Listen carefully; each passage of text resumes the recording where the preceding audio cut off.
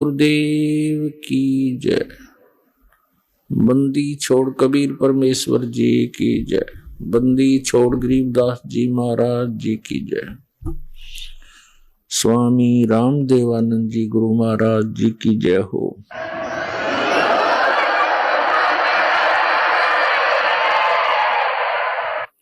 गरीब नमो नमो सतपुरुष को नमस्कार गुरु की नहीं।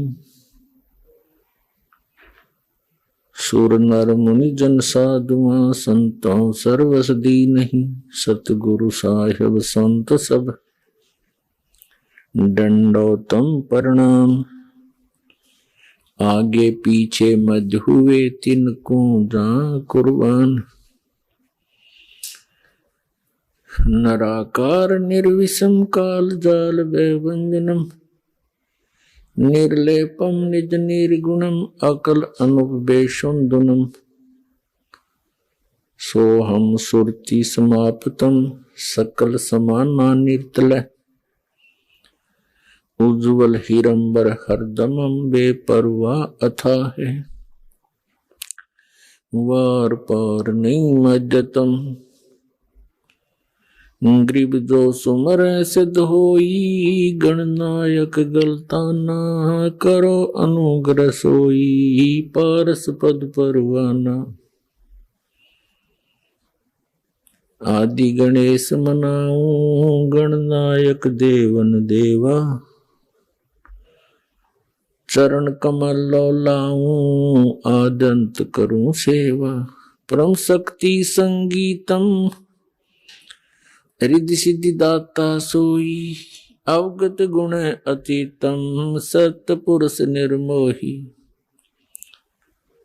जगदम्बा जगदीशम मंगल रूप मुरारी। तन मन अर्पों शीशम भक्ति मुक्ति भंडारी। सुर नर मुनि जन ध्यावे ब्रह्मा विष्णु महेशा। शेष शेष मुख गावे पूज्य आदि गणेशा। इंद्र कुबेर सरीखा वरुण धर्म राय ध्यावे। समर्थ जीवन जी का मन इच्छा फल पावे। 33 कोटि अधारा ध्यावे शेष 88। उतरे बहुजल पारा कट है यम की फांसी। 33 कोटि अधारा ध्यावे शेष 88। उतरे बहुजल पारा कट है यम की फांसी। कर जोरूं विनती करूं धरूं चरण पर शीस। गुरु जी राम देवानंद जी महाराज ने दियो नाम बख्शीश। कोटि कोटि सिजदा करूं कोटि कोटि प्रणाम। चरण कमल में राखियो मैं बंदी जाम गुलाम। कुत्ता हूँ गुरुदेव का रामपाल दास का नाम। गले प्रेम की जेवड़ी जाखे चो वहां जाऊं।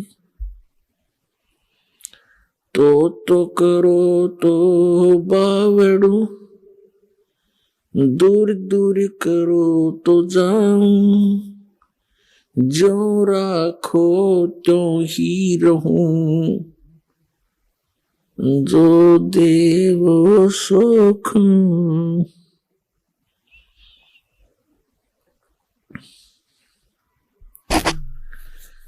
सात द्वीप 9 खंड में गुरु से बड़ा न कोई। करता करे न कर सके गुरु करे सो होए। गुरु बड़े गोविंद से मन में देख विचार। हरि सुमरे सो वार है। गुरु सुमरे होए पार। गुरु बिन माला फेरते, गुरु बिन देते दान। गुरु बिन दोनों निष्फल हैं, चाहे पूछो वेद पुराण। जय इब कै सतगुरु मिले, सब दुख आँखों रोए। चरणों ऊपर शीश धरूं, कहूं जो कहनी हो। कबीर साईं मिलेंगे, पूछेंगे कुशलात। आदि अंत की सब कहूं, अपने दिल की बात। गुरु जी तुम ना भूलियो, चाहे लाख लोग मिल जाही। हम जैसे तुमको बहुत हैं, तुम जैसे हमको नहीं। तुमरे विसारे क्या बने, मैं किसकी शरण में जाऊं। शिव ब्रंच मुनि नारदा, तिनके हृदय न समाऊं। अब गुण किए तो बहुत किए, करत न मानी हार। बावे बंदा बख्श दियो, बावे गर्दन उतार। अब गुण मेरे बाप जी, बख्शो गरीब निवाज। जो मैं पूत कुपूत हूँ, बोर पिता को लाज। मैं अपराधी जन्म का, नक्सिक भरे विकार। तुम दाता दुख भंजना, मेरी करो संभार। सूरत करो मम साइया, हम हैं भव जल माही। आप ही बह जावांगी, जो तुम न पकड़ोगे बाँ। हे बंदी छोड़ दयाल जी, तुम तक हमारी दौड़े। जैसे काग जहाज का, अब सूझत और न ठोरे। परम पिता परमात्मा सर्व सृष्टि रचनहार कबीर देव अल्लाहु अकबर कबीर परमेश्वर, ये हम सभी आत्माओं के पिता हैं, हमारे जनक हैं। इसी परमेश्वर के अंदर वो सर्वगुण विद्यमान है। तुमेव माता च पिता तुमेव, तुमेव बंधु च सखा तुमेव, तुमेव विद्या च द्रविणम तुमेव, तुमेव सर्व मम देव देव। ये वो परमात्मा है जो हमारे माता और पिता, भाई और बंधु और हमारा मूल धन यही है। परमात्मा हमें यहां इस काल के जाल में दुखी देखकर इस काल के लोक में आते हैं। उस समय हम काल भगवान, जिसे ज्योत स्वरूपी निरंजन भी कहते हैं, जिसको सरपुरुष भी कहते हैं, इसी को ब्रह्म भी कहते हैं। वास्तव में ये सरब्रह्म है। इसने अपने नकली संत भेज गए,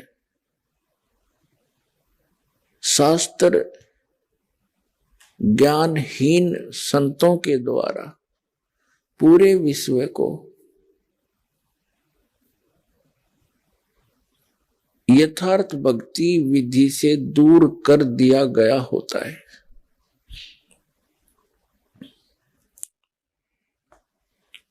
अब ऐसा ये काल भगवान क्यों करता है? ये हमें ऐसे मिसगाइड क्यों करवाता है? ये एक बहुत लंबी कथा है,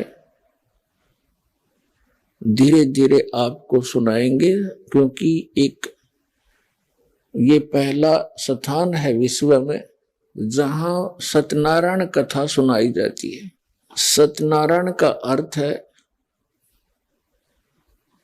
अविनाशी परमात्मा। सत्यनारायण, सत साहिब, सत्य पुरुष, ये कौन भगवान है? सत्यनारायण। अभी तक हम जो भी कथा अपने धर्म गुरुओं से सुना करते थे, वो श्री विष्णु जी को सत्यनारायण कह करके हमें उस सत्यनारायण की कथा सुनाया करते थे। सत्यनारायण का अर्थ होता अविनाशी परमात्मा, और श्री विष्णु जी तो नासवान है, ये सत्यनारायण नहीं है। इन्हीं की जीवनी में लिखा है, श्रीमद् देवी भागवत, गीता प्रेस गोरखपुर से प्रकाशित श्री देवी पुराण में 123 पृष्ठ पर लिखा है, श्री विष्णु जी स्वयं स्वीकार करते हैं कि हमारा तो आविर्भाव माने जन्म और तिरोभाव माने मृत्यु हुआ करता है। हमारा तो जन्म और मृत्यु होता है, हम नित्य नहीं हैं। तो ऐसा ज्ञान जो हमें सुनाते थे कि श्री विष्णु जी अजरो अमर हैं, ये सत्यनारायण है, वो लोक वेद था, दंत कथा थी, शास्त्र विरुद्ध ज्ञान था। तो पुण्यात्माओं, अब ये शास्त्र अनुकूल यथार्थ ज्ञान इस बरवाला आश्रम के अंदर सुनाया जाता है। और जो पुण्यात्मा प्रथम बार यहां आते हैं किसी भाई बहन के कहने से, तो उसको प्रथम बार सब ऊट पटांग सा लगता है, क्योंकि हमें भी ऐसा ही लगा था। इसको धीरे धीरे दृढ़ता के साथ, विश्वास के साथ सुनता रहे, एक दिन ये सत्य ही रह जाएगा, बाकी जो ज्ञान आपने सुन रखा है वो समाप्त हो जाएगा। कोई भी ज्ञान है जो हमने बहुत वर्षों से सुना, वो घर कर गया, चाहे अज्ञान ही था। इसी प्रकार ज्ञान जब रह रह कर सुनेंगे तो ये अज्ञान हटा कर अपना स्थान बना लेगा। इसके लिए अधिक सत्संग सुनना आपको पड़ेगा। उसके लिए आप यहां भी आए, यहां नहीं आ सके उस समय यहां से आप डीवीडी ले जाएं, सीडी ले जाएं, पुस्तक ले जाएं, स्वाध्याय करो, सत्संग सुनते रहना। फिर एक दिन आपके हृदय में एक विशेष रोशनी होगी, प्रकाश होगा इस तत्व ज्ञान का। फिर आपके समक्ष आपको ऐसा महसूस होगा जैसे कबीर साहब कहते हैं, तारा मंडल बैठ कर ये चांद बड़ाई खावे, उदय भया जब सूरज का सो तारों छुप जावे। जिनको तुम सत्यनारायण माना करते थे आप जी, और जिनकी पूजा किया करते थे मोक्षदायक जानकर, आपको फिर इस तत्व ज्ञान की रोशनी में ऐसा हो जाएगा जैसे सूर्य उदय होने के बाद चांद और सितारे ओझल हो जाते हैं, और रात्रि के समय वही टिमटिमाते सुंदर लग रहे थे। अब वो विद्यमान भी हैं, लेकिन उनका अस्तित्व नहीं रहा, यहां उनका औचित्य समाप्त हो गया सूर्य के प्रकाश में। तो परमात्मा कबीर जी द्वारा दिया गया ये यथार्थ ज्ञान, ये अध्यात्म का सूर्य समझो, और जो अन्य ज्ञान आपने सुने थे, वेद ज्ञान को चांद समझो, अन्य जो पुराण वगैरह या अन्य उपनिषद वगैरह उनको सितारे समझो, और कबीर परमात्मा के ज्ञान को सूर्य समझो। अब कुछ दिनों में ही आप देखेंगे पूरा विश्व परमात्मा के इस ज्ञान से परिचित होकर हाथ मला करेगा, दांतों तले उंगली दबाएगा कि सचमुच ये कैसा मजाक हमारे साथ हो रहा था। अभी तक तो आप जी ने इस मनुष्य जीवन की कीमत का ज्ञान नहीं। जब आपको इस मनुष्य जीवन की वैल्यू का पता लगेगा तब और घना पश्चाताप बनेगा, क्योंकि मनुष्य जीवन प्राप्त किस लिए हुआ। 84 लाख प्रकार के शरीरधारी प्राणी हैं, उनमें से मानव शरीर सबसे भिन्न है। इसके अंदर हम इतनी बुद्धि रखते हैं, समय पर खाना खा सकते हैं, प्राकृतिक आपदाओं से बचने के लिए हम झोंपड़ी डाल सकते हैं, शेड डाल सकते हैं, मकान बना सकते हैं।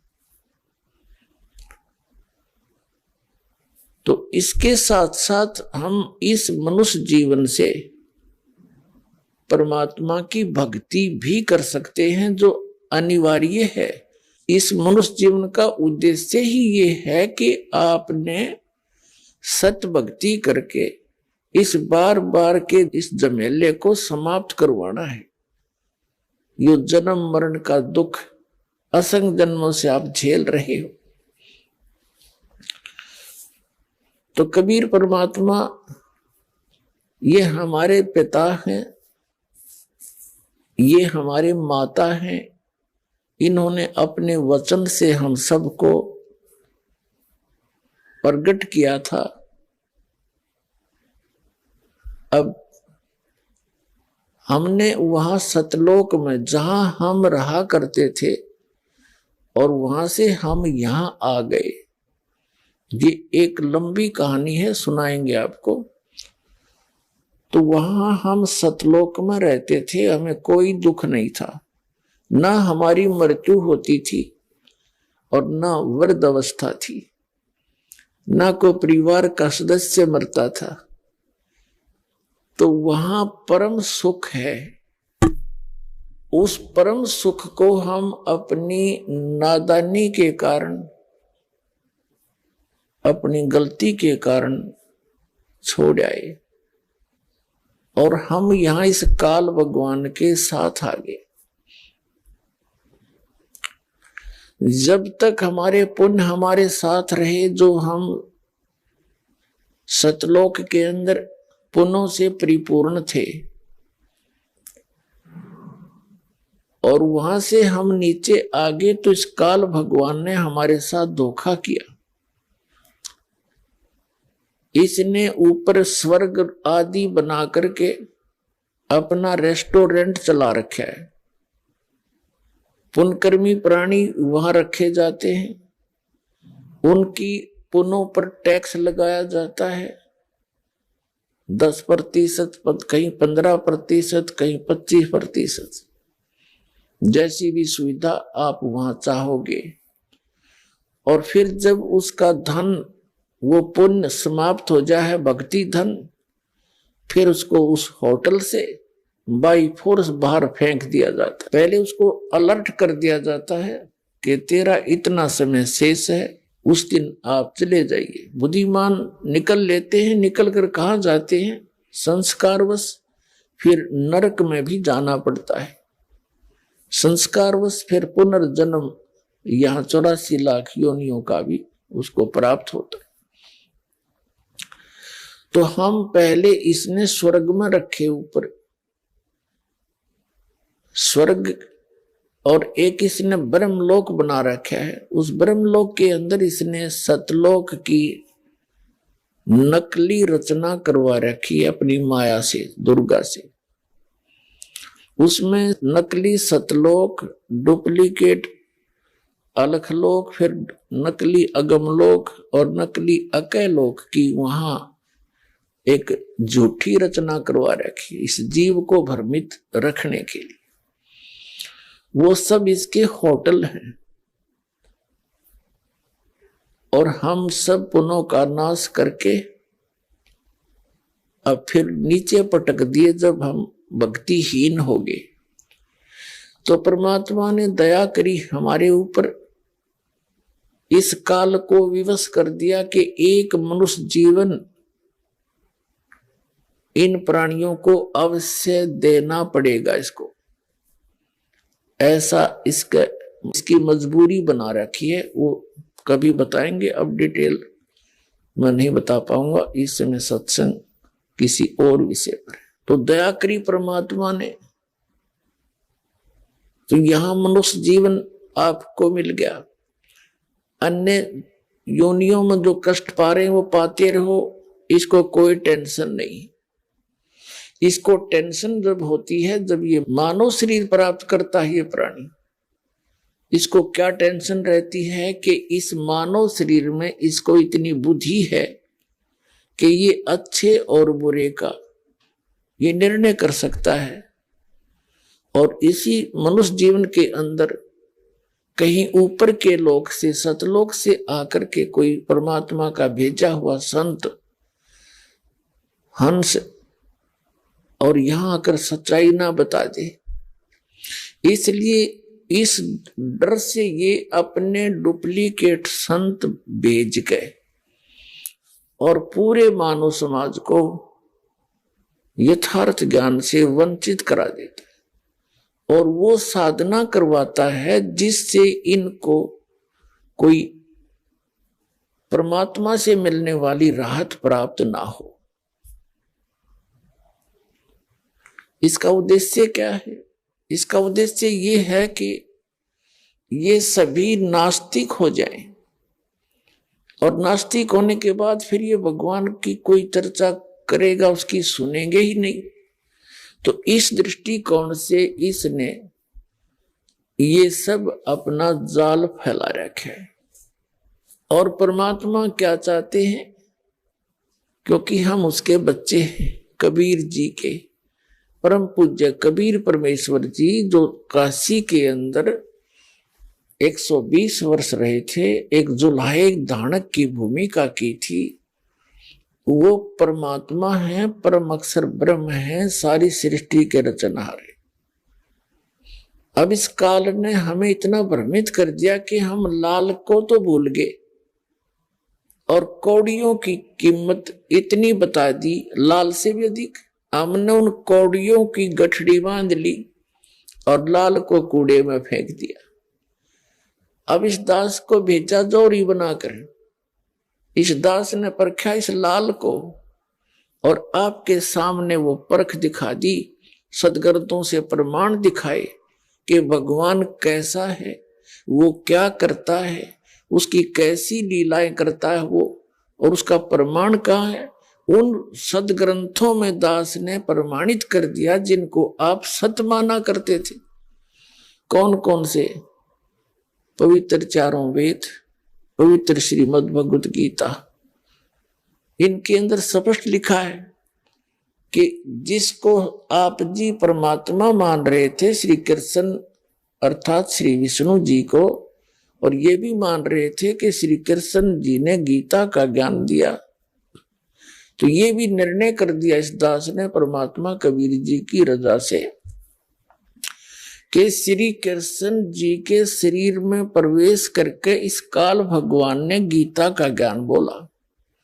श्री कृष्ण जी को पता ही नहीं मैंने गीता के ज्ञान में क्या कहा था। ये बहुत बार प्रमाणित कर दिया और आगे आने वाले समय में भी करेंगे। ये प्रमाणित सदग्रंथ है हमारे, उसमें गीता ज्ञानदाता कहता है कि यदि तूने मेरी भक्ति करनी है तो ओम नाम है। श्रीमद् भगवत गीता अध्याय नंबर 8 के श्लोक नंबर 13 में गीता ज्ञानदाता ये ब्रह्म है, ये काल है। जो गीता अध्याय नंबर 11 के श्लोक नंबर 32 में कहता कि अर्जुन मैं बढ़ा हुआ काल हूं और अप्रवृत्त हुआ हूं, तू ना युद्ध करेगा तो भी मैं इनको मार डालूंगा। तो इससे सिद्ध है कि श्री कृष्ण नहीं थे वह, श्री कृष्ण तो वहां खड़े थे, ये कहते नहीं कि मैं अब आया हूं, अब प्रवृत्त हुआ हूं। श्री कृष्ण जी ने पहले कभी अपने आप को काल नहीं कहा, और इस गीता के ज्ञान और महाभारत का नाश होने के बाद कभी उसने अपने आप को काल नहीं कहा। जब तक महाभारत पूरा नहीं हो लिया, ये युद्ध में नाश नहीं हो लिया, इतने ये ब्रह्म श्री कृष्ण जी में प्रवेश रहा और इसका काम पूरा हो लिया, फिर निकल गए। फिर श्री कृष्ण जी को पता ही नहीं मैंने क्या बोला था गीता जी में। जैसे एक प्रेत आत्मा किसी के शरीर में प्रवेश करके ओरिजिनल आत्मा को दबा लेता है और स्वयं वहां अपनी ऊट पटांग बकवादें करता है, उसके निकल जाने के बाद ओरिजिनल आत्मा को कुछ ज्ञान नहीं होता मैंने बोला क्या था, दूसरे ही बताते हैं ऐसे बोल रहा था, ऐसे बोल रहा था, ऐसे बोल रहा था। तो ये क्या कहता है कि मेरा तो एक ओम नाम है, नथिंग एल्स, और मेरी भक्ति करेगा तो मुझे प्राप्त होगा, लेकिन युद्ध भी करना ही पड़ेगा। और युद्ध करना पड़ेगा तो शांति कहां? श्रीमद् भगवत गीता अध्याय नंबर 18 के श्लोक नंबर 62 में कहा है कि तू सर्वभाव से उस परमेश्वर की शरण में जा, उसकी कृपा से ही तू परम शांति को और सनातन परम धाम को प्राप्त होगा। अब परम शांति के लिए तो वो अपने से अन्य किसी परमेश्वर की शरण में जाने के लिए कह रहा। तो जब तक जन्म और मृत्यु है परम शांति हो ही नहीं सकती। आप देखो गर्भ में दुख, परमात्मा ने बताया है कि मां के पेट में जो बच्चा होता है उसको उस दौरान इतना कष्ट होता है जैसे आजीवन व्यक्ति कुष्ठ रोग से गल कर मर जाए 50-60 वर्ष तक। जो उसको दुख होता है वो कष्ट उस बच्चे को होता है जब वो मां के गर्भ में रहता है, और उसके बाद फिर सारा जीवन कष्ट ही कष्ट।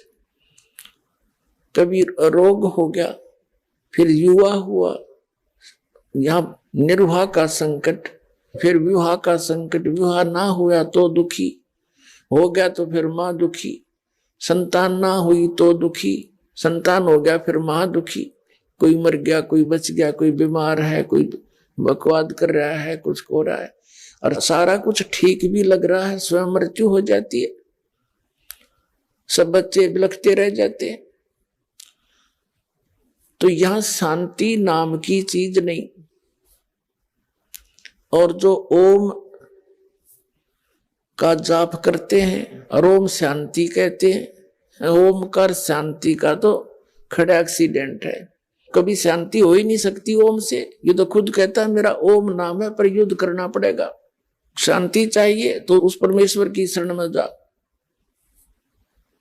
और उसके लिए इसने ऑप्शन छोड़ दिया है चौथे अध्याय के 34वें श्लोक में श्रीमद् भगवत गीता में, कि उन तत्वदर्शी संतों की खोज कर और उन तत्वदर्शी संतों से फिर वो तत्व ज्ञान जान समझ उनको दंडवत प्रणाम करने से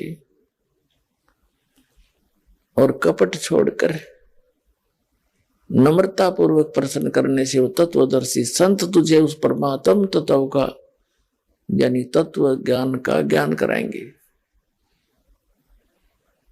वो तत्व ज्ञान कौन सा है? श्रीमद् भगवत गीता अध्याय नंबर 4 के श्लोक नंबर 32 में बताया है।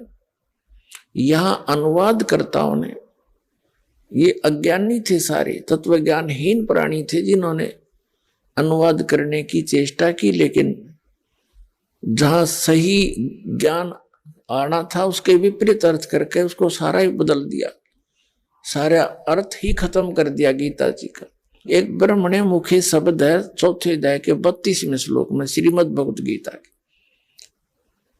तो इन अनुवादकर्ताओं ने ब्रह्मणे मुखे का अर्थ कर दिया वेद की वाणी में।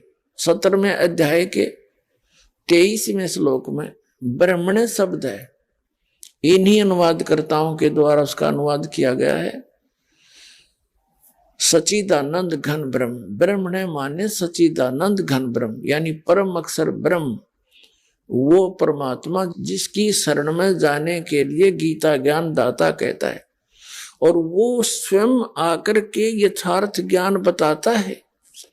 श्रीमद् भगवत गीता अध्याय नंबर 4 के श्लोक नंबर 32 में कहा है कि उस सच्चिदानंद घन ब्रह्म के मुख कमल से उच्चरित उस वाणी में यज्ञों की जानकारी, यज्ञ माने धार्मिक क्रियाओं की, अनुष्ठानों की, साधनाओं की जानकारी विस्तार के साथ कही गई है। वो तत्व ज्ञान है। उसको जानने के बाद फिर तेरे सारे कर्म समाप्त हो जाएंगे। उसके बारे में कहा है चौथे अध्याय के 34वें श्लोक में कि उस तत्व ज्ञान को तू तत्वदर्शी संतों के पास जाकर समझ, और वो तत्वदर्शी संत उस तत्व ज्ञान से परिचित होते हैं, फिर तुझे भी उससे परिचित करा देंगे। अब श्रीमद् भगवत गीता अध्याय नंबर 7 के श्लोक नंबर 29 में गीता ज्ञानदाता कहता है कि जो मेरे इस ज्ञान का आश्रय कर लेता है और तत्वदर्शी संत की खोज कर लेता है, वो व्यक्ति केवल जरा और मरण से छूटने का ही प्रयत्न करते हैं। अब दूसरे शब्दों में ये कहा है कि जो व्यक्ति मेरे इस ज्ञान को आश्रय कर लेते हैं और जो केवल जरा और मरण से, जरा माने बुढ़ापे का दुख, जरा और मरण के दुख से, मरण माने मृत्यु, इस दुख से छूटने का ही प्रयत्न करते हैं, वे ब्रह्म तत्वविदु और कृष्णम अध्यात्म कर्म च अखिलम, वह कहते हैं जरा मरण मोक्षाय माम आश्रित यतन्ति ये ते ब्रह्म तत्वविदु कृष्णम अध्यात्म च कर्म च अखिलम।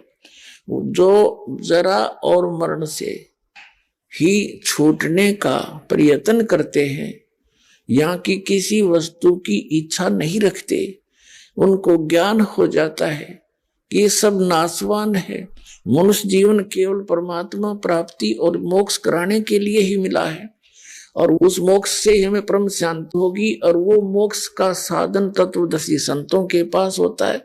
तो वो उस तत्वदर्शी संतों की शरण में चले गए होते हैं। तो जिस कारण से वो तत्ब्रह्म विदु उस परमात्मा को, उस परमेश्वर को जानते हैं और सारे अध्यात्म ज्ञान से परिचित हैं और सभी कर्मों से वो परिचित है। और वही व्यक्ति जरा और मरण से छूटने का प्रयत्न करते हैं। गीता अध्याय नंबर 8 के श्लोक नंबर 1 में अर्जुन ने प्रश्न किया, हे भगवान, आपने जो 7वें अध्याय के 29वें श्लोक में 29 श्लोक में जिस तत्ब्रह्म के बारे में कहा है कि उसको जानने के बाद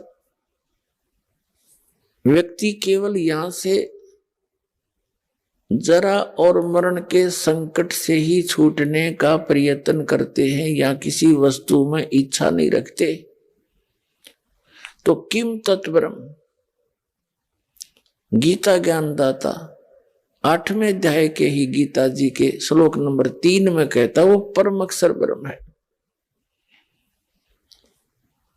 8वें अध्याय के 5 और 7 श्लोक में ये अपनी साधना को कहता है, मेरी भक्ति कर, युद्ध भी कर और मेरा स्मरण भी कर। 8वें अध्याय के 13वें श्लोक में ये अपना मंत्र बता देता है कि ओम इति एकाक्षरम ब्रह्म विवहारण माम अनुसमरण ये परियाति तजंदेहम सयाति परमाम गतिम। मुझ ब्रह्म का एक ओम मंत्र है, ओम अक्षर, नथिंग एल्स।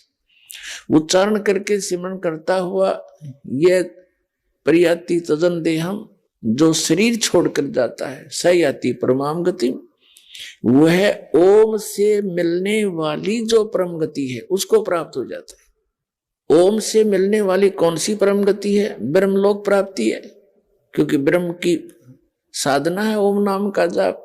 ब्रह्म ये काल है।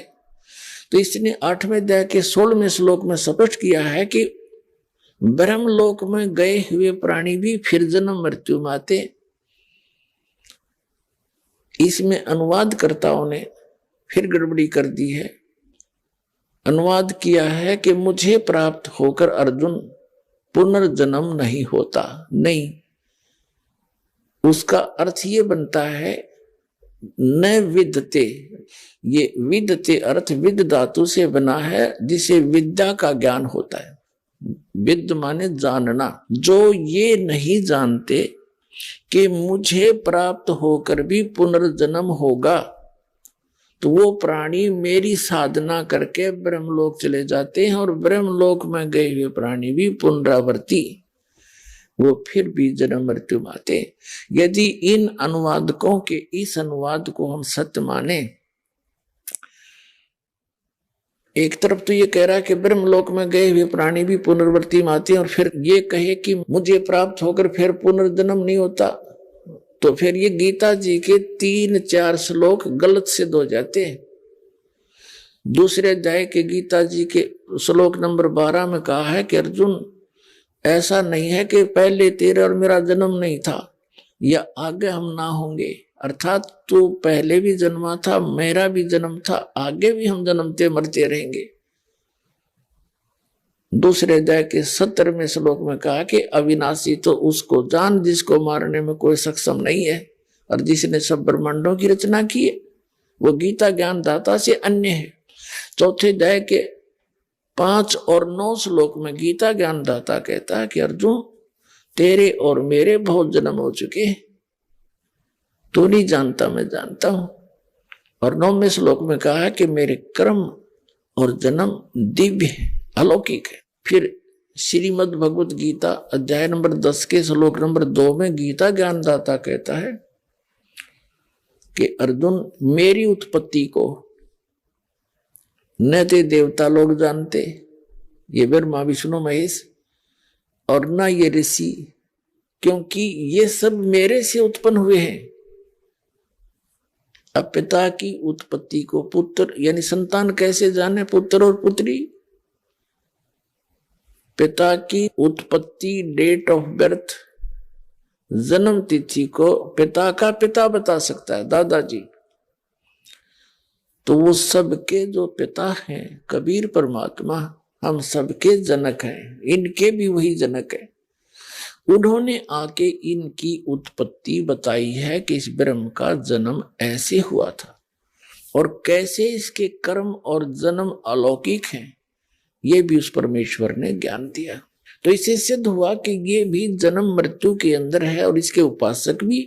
जब तक जन्म और मृत्यु है तो शांति नहीं। पुण्यात्मा, हम तत्व ज्ञान के अभाव से यहां डले ढोरे हैं।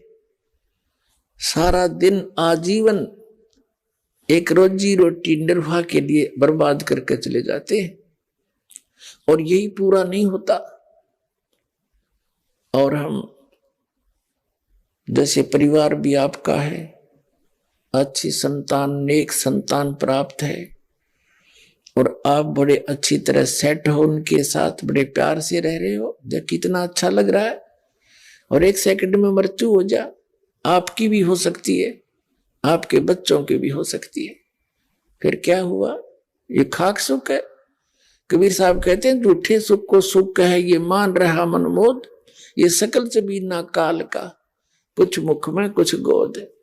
कुछ को तो डेली खा रहा है, देखते हो, रोज पढ़ो समाचार पत्रों में, देखो सबसे ज्यादा मरने वालों की खबरें होंगी। वैसे भी कहीं देख लो, को बीमारी से हॉस्पिटलों में रोजाना कितनी सब जाते हैं, और बाकियों को पाल रहा है, गोदी में खिला रहा है। ये तेरा बेटा, ये तेरी बेटी, ये तेरी कार, ये तेरी कोठी, मूर्ख बना रखा है। 1 मिनट में मृत्यु कर देता, चल तेरा कुछ नहीं, मूर्ख, आ मेरे पीछे पीछे। वहां तपस्या पर भूल कर 1 लाख को डेली खाता है। अब परमात्मा ने आकर के इसका जाल समझाया कि झूठे सुख को सुख कहे ये मान रहा मनमोद, ये सकल से भी ना काल का, ये कुछ मुख में कुछ गोद। अब एक व्यक्ति के 3 पुत्र थे, एक की मृत्यु होगी, हाहाकार मच रहा। सांत्वना व्यक्त करने के लिए, शोक व्यक्त करने के लिए बहुत से रिलेटिव कुल के लोग आ रहे थे। जब वो बहुत बुरी तरह दुखी था, उसको सांत्वना देते हुए कहा कि देख भाई, या तो सभी के साथ ये हो रहा है, इसकी इतना दुख ना माने। देखो इस व्यक्ति का इकलौता पुत्र था और वो भी मारा गया, इसने भी अपना दिल डांटा, शांति कर। तो उस व्यक्ति को राहत मिली, रोना बंद किया, ये सोचकर कि हे भगवान, इससे तो मैं ही ठीक हूं, इसका तो बेचारे का इकलौता पुत्र था वो भी गया, इसके पास तो कुछ भी नहीं रहा, मेरे 2 तो बचे हुए हैं। तो ऐसे उसने सुख महसूस किया। तो के खाक सुख हुआ वो, क्या वो पुत्र वापस आ गया? तो हम ऐसे दूसरे को घना दुखी देखकर उस अपने आड़े थोड़े दुख को सुख मान रहे हैं। परमात्मा कहते हैं सुख नाम की 21 ब्रह्मांड में वस्तु नहीं है। हम बूरा की बोरी छोड़े, बूरा की बोरी सतलोक में, हम आगे यहां नमक की मंडी में एक जैसी वैसी ही है वो बूरा भी, कलर में ऐसा ही है नमक। हम इन नमक की बोरियों में वो बूरा खोज रहे हैं।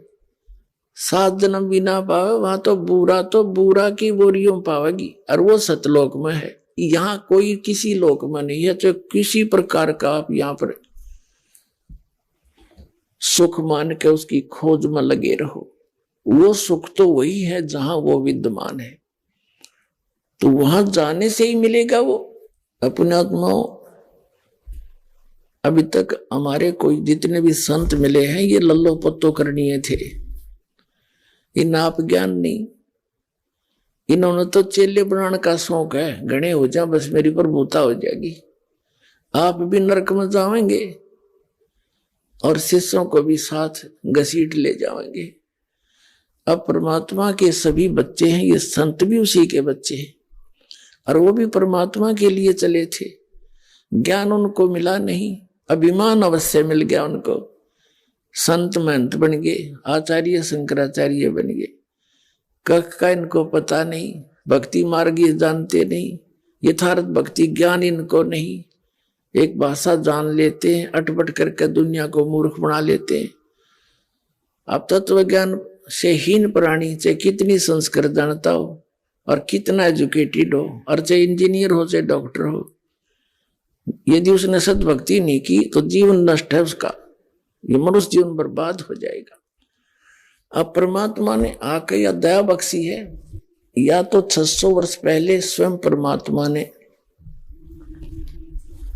यह सच्चाई कही थी, स्वयं कबीर भगवान ने, या फिर उनसे परिचित उन महापुरुषों ने ढोल के डंके पर यह ज्ञान दिया था, जिन्होंने परमात्मा को साक्षात देखा था और सचखंड सतलोक में गए थे। जो सतलोक के अंदर परमात्मा उन महापुरुषों को लेकर गए थे, अपना परिचय कराया था और उनको वापस भेज दिया था। वो दृढ़ भक्त थे, वो सूरवीर थे, परमात्मा के एक विशेष कृपा पात्र थे।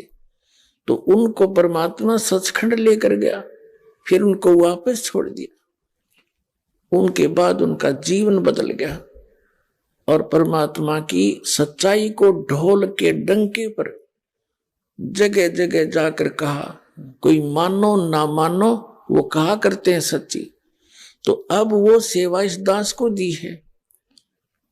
अब जैसे किन किन महापुरुषों को इस दास से पहले परमात्मा का साक्षात्कार हुआ था। आदरणीय धर्मदास साहिब जी गांव बांधोगढ़ वाले, उनको परमात्मा मिले थे और वह भी हमारी तरह यही लोक वेद के आधार से साधना कर रहे थे। रामकृष्ण शंकर भगवान का जाप जपया करते थे। एक गुरु भी बना रखे थे रूपदास जी, वैष्णव परंपरा के। और सभी जो क्रियाएं पवित्र हिंदू धर्म के अंदर इन आचार्य और शंकराचार्यों ने दृढ़ कर रखा है। श्री राम, श्री कृष्ण और भगवान शिव की भक्ति करो, तीर्थों पर जाओ, मंदिरों की पूजा करो, मूर्तियां रखो, ये सब, एकादशी का व्रत रखो, श्राद्ध करो, ये सारी की सारी लोक वेद है, दंत कथा है, शास्त्र विदिता का मनमाना आचरण है। वो सभी कर रहा था। परमात्मा सतलोक से चल कर आते। यही कबीर परमात्मा हमें 3 स्थिति में हमें संभालते हैं। एक स्थिति में ये सतलोक में रहते हैं, वहां इनका मनुष्य सदृश शरीर है। जैसे पवित्र बाइबल में उत्पत्ति ग्रंथ में लिखा है कि प्रभु ने, यीशु परमात्मा ने मनुष्य बनाए और मनुष्यों को अपना जैसा बनाया, नर और नारी करके उनकी उत्पत्ति की। तो भगवान कैसा? भगवान भी मनुष्य सदृश है, जो उसने अपने जैसे बनाए। और किसी भी ईसाई धर्म के पुण्यात्मा को पूछ कर देखो कि परमात्मा कैसा है, वो कहेगा गॉड इज फॉर्मलेस, परमात्मा निराकार है। फिर खाक पढ़ा तुमने अपने इन सदग्रंथों को, तो एजुकेटेड हो गए ऐसी बात करते हो। पवित्र बाइबल की उत्पत्ति ग्रंथ में पढ़ कर देखो, उसमें स्पष्ट लिखा है कि परमात्मा मनुष्य सदृश है और उसने अपने जैसा मनुष्यों को उत्पन्न किया है। तो वो परमात्मा सतलोक के अंदर एक बहुत बड़े सिंहासन के ऊपर, बहुत बड़े गुम्बज में, एक बहुत बड़ा गुम्बज बना हुआ, यानी जैसे यहाँ मंदिर बनाते हैं, मंदिर को तो एक सीधा सा खड़ा कर देते हैं, ऐसे सीधा सा, बस थोड़ा सा, लेकिन गुम्बज होता है बहुत, एक चौड़ाई उसकी ज्यादा होती, गोलाई, और ऊपर से थोड़ा होता है ऐसा, ज्यादा लंबा ऊंचा नहीं करते जैसे मंदिरों का करते।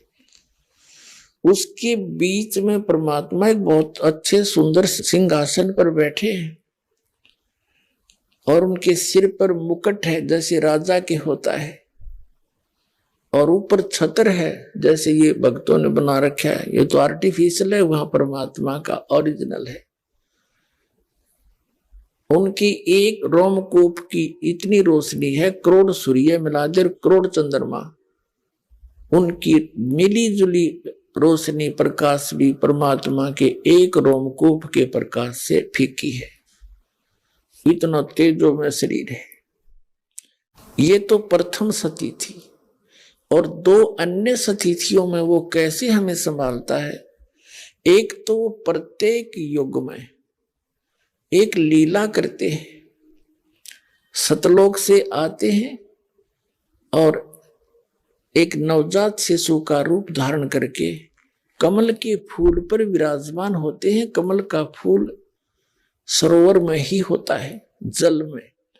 तो उस सरोवर के ऊपर आकर विराजमान होने के कारण नारायण, नार माने जल होता है, आयन माने उस पर आने वाला, विराजमान होने वाला, इसलिए नारायण शब्द भगवान के लिए प्रसिद्ध है।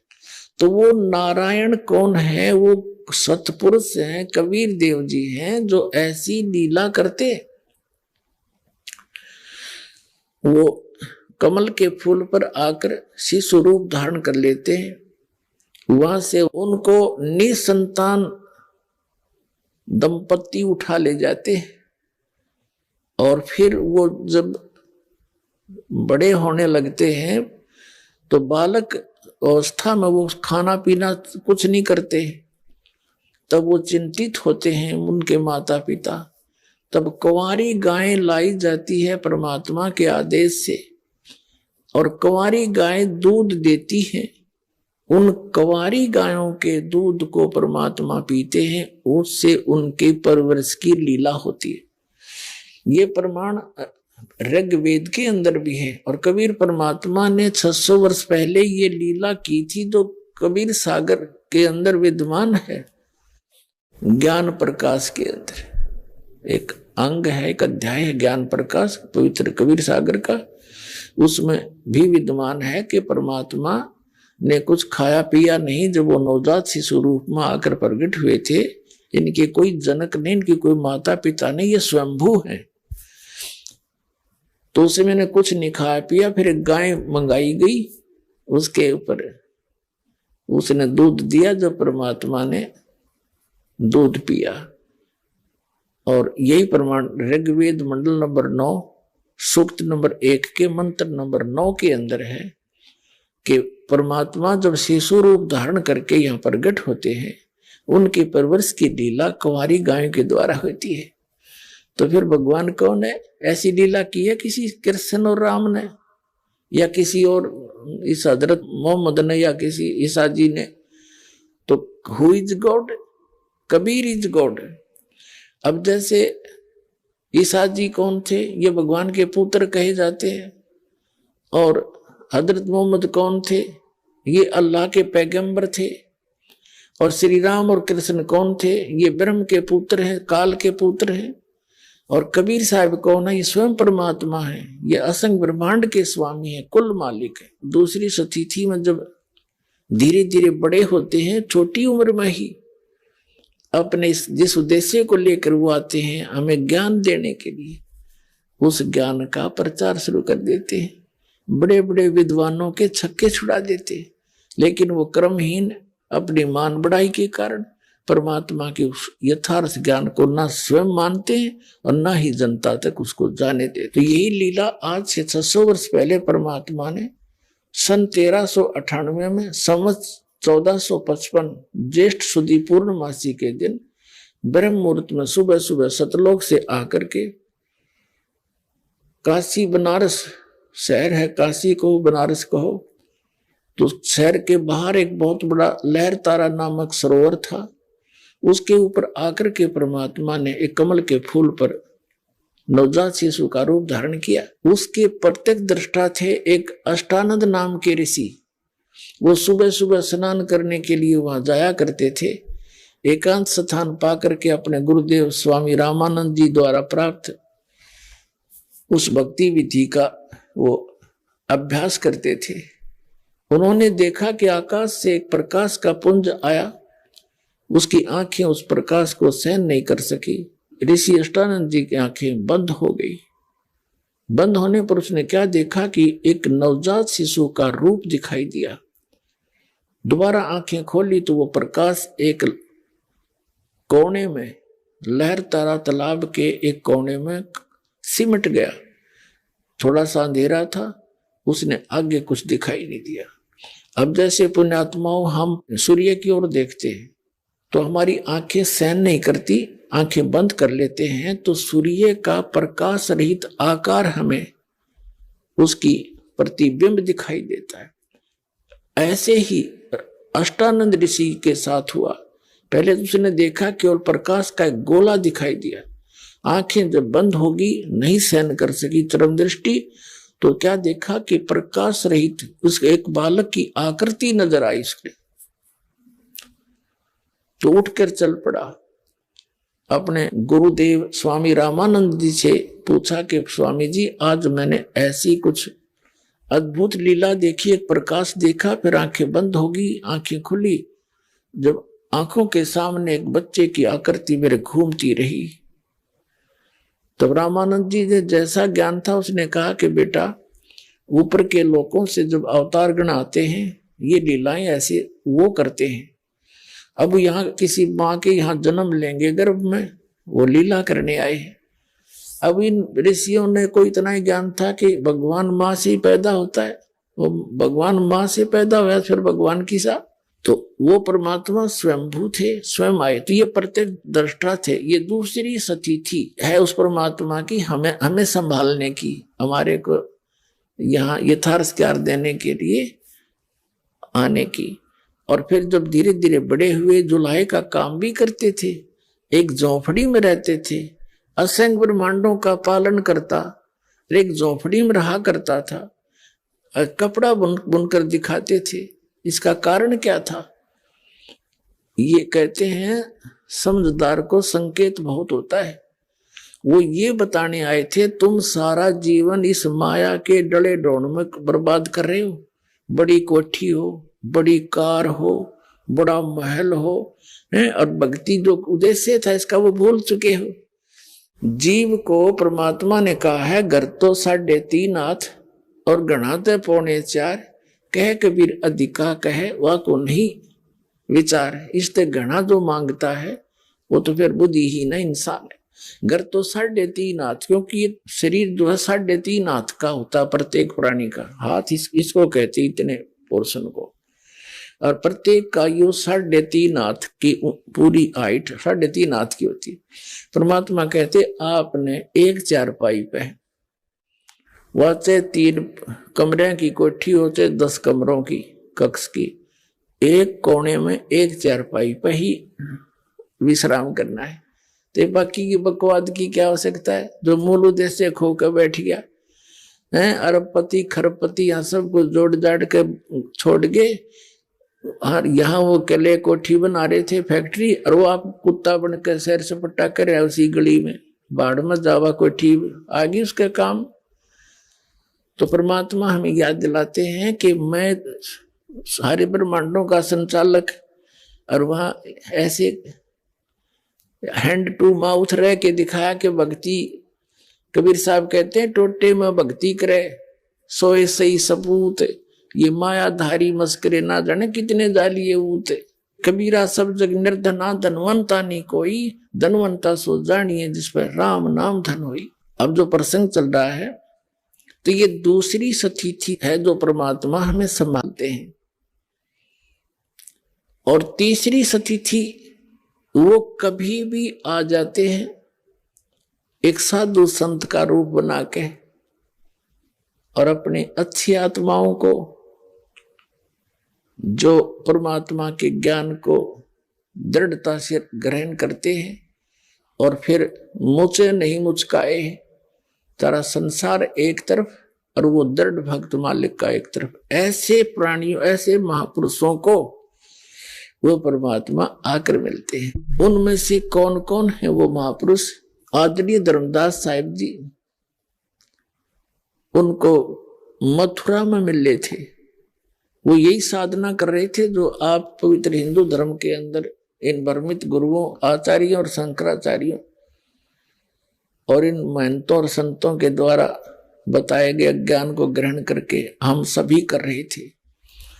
तो उनको परमात्मा मिले, उनको सचखंड लेकर जा लिए ना, सारा ज्ञान बता दिया, सारा कुछ प्रमाण दिखा दिए, बता दिए गीता और वेदों में, फिर भी बुद्धि ने स्वीकार नहीं की, धर्मदास जी की ने, क्योंकि हमारे अंदर अज्ञान इतना बरवा दिया हजारों वर्षों से। तो परमात्मा ने अपने गवाह बनाने थे इस समय के, कि इस समय मेरा कोई गवाह बने, सचमुच ये बताने वाला कि भगवान कौन है। तो उनको सतलोक में लेकर गए। सतलोक में जाकर क्या देखा कि वहां पर जो सुख है, यहां पर तो सुख का कोई झलक भी नहीं बताई जा सकती। पुण्यात्माओं, सतलोक के अंदर अभी तक जितने भी सतलोक और सचखंड का जो गुणगान किया करते थे, इसमें से विशेषकर कौन कौन है? राधा स्वामी पंथ, आगरा और ब्यास वाले, और जय गुरुदेव पंथ मथुरा वाले, और बाकी ये सारी उसी के ब्रांच हैं। उसी में से एक अलग से पंथ बना है, ये सच्चा सौदा सिरसा, जिसको धन धन सतगुरु तेरा ही आसरा इनका नारा है। ये सभी, और साथ में कबीर पंथी, और जितने भी ये कबीर पंथी, क्योंकि कबीर साहब ने बताया कि काल ने कहा था,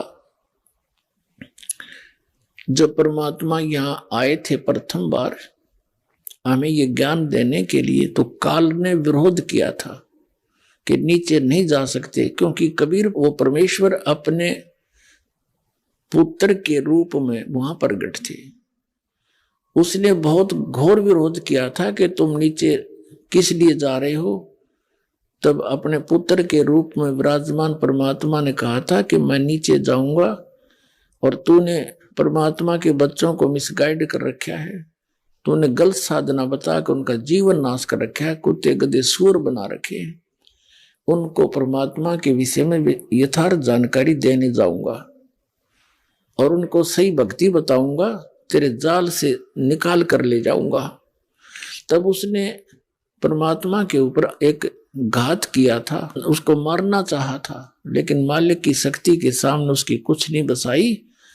तब कबीर साहब ने बताया था धर्मदास कि इसने मेरे ऊपर अटैक किया, मैंने श्वास का सिमरण शुरू कर दिया, सतनाम का, जो 2 अक्षर का है, जिसमें एक ओम मंत्र है और एक गुप्त है जो दास बताएगा। पुण्यात्मा परमात्मा हमें आगाह कर रहे थे कि कभी आप पर किसी भी प्रकार की आपत्ति आती है, चाहे किसी कोई देवता आपको हानि करना चाहता है, या कोई भूत प्रेत पितर, कोई भी आपको ऐसा संकट लगे, या कोई अन्य प्राणी, तो उस समय सतनाम का सिमरन अवश्य शुरू कर देना, फिर देखना कैसी बचाव करेगा। तो वो हमें संकेत कर रहे थे।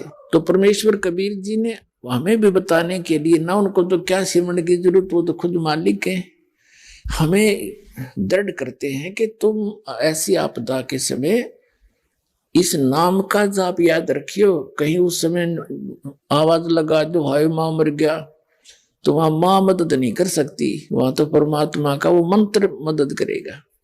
तो उस मंत्र का जाप किया मैंने, परमात्मा कहते।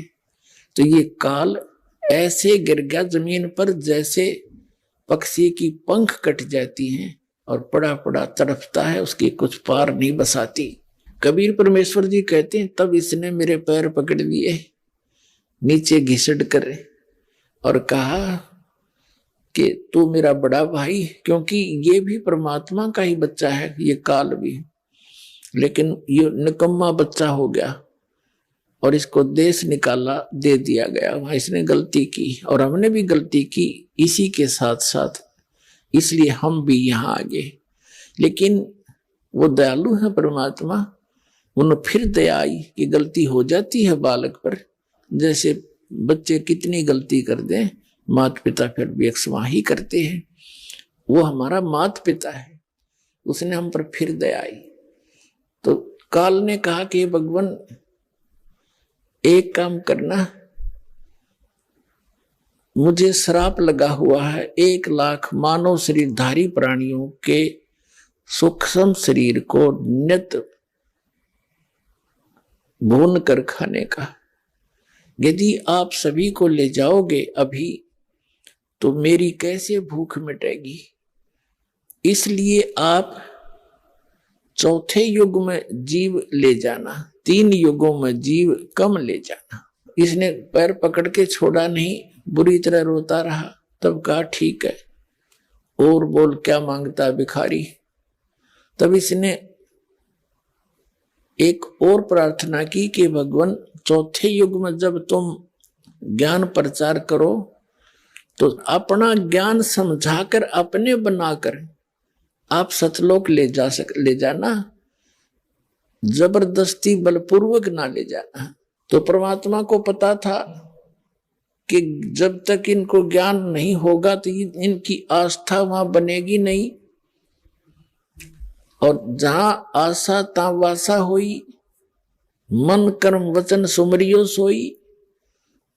जब आपको ज्ञान होगा उस सतलोक के सच्चे सुख का, इन सब प्रमाणों से जो दास आपके सामने प्रस्तुत करेगा, आपके अटल विश्वास हो जाएगा कि सचमुच ऐसा है। ऐसा ज्ञान दूंगा आपको, ये सत्य कर मानना। आपको ऐसा चाह चढ़ेगा सतलोक जाने का, ऐसी उमंग उठेगी आपके, और सच्चाई होगी सारी की सारी। जैसे बच्चे की छुट्टी ना हो और कोई रिश्तेदारी में विवाह हो जाता है तो छोटे उन बच्चों को वहीं छोड़कर माता सोचती है ये इतने पढ़ लेंगे, 2 दिन में जा आती हूं। तो वो बच्चों को पता लग जाता, वो रो रो के पीछे चला करें, मैं भी चलूंगा मम्मा के, डटे नहीं डटा करें। तो ऐसी स्थिति आपकी होएगी, क्योंकि यहाँ का तो आपने देख लिया, ये सांग के सुख है, इससे आप खूब परिचित हैं। और नहीं तो दास के इस ज्ञान से और आपकी ये समझन वाली आंखें क्लियर हो जाएंगी, खूब अच्छी तरह समझ सकोगे। और जब सभी प्रमाण होंगे तो जहां जिन महापुरुषों ने सतलोक देखा, सचखंड वाक्य बताया, उनके एफिडेविट आपके सामने रूबरू किए जाते हैं। आपके लिए करवाया दाता ने सारा कुछ, कि ताकि जब ये समय आवे, ये है वो प्राइम टाइम कलियुग का, जिसमें आप सबको मोक्ष करना है। इस नाम को जो ग्रहण करेगा और इस ज्ञान पर आधारित रहेगा वो सारे पार हो जाएंगे टोटली।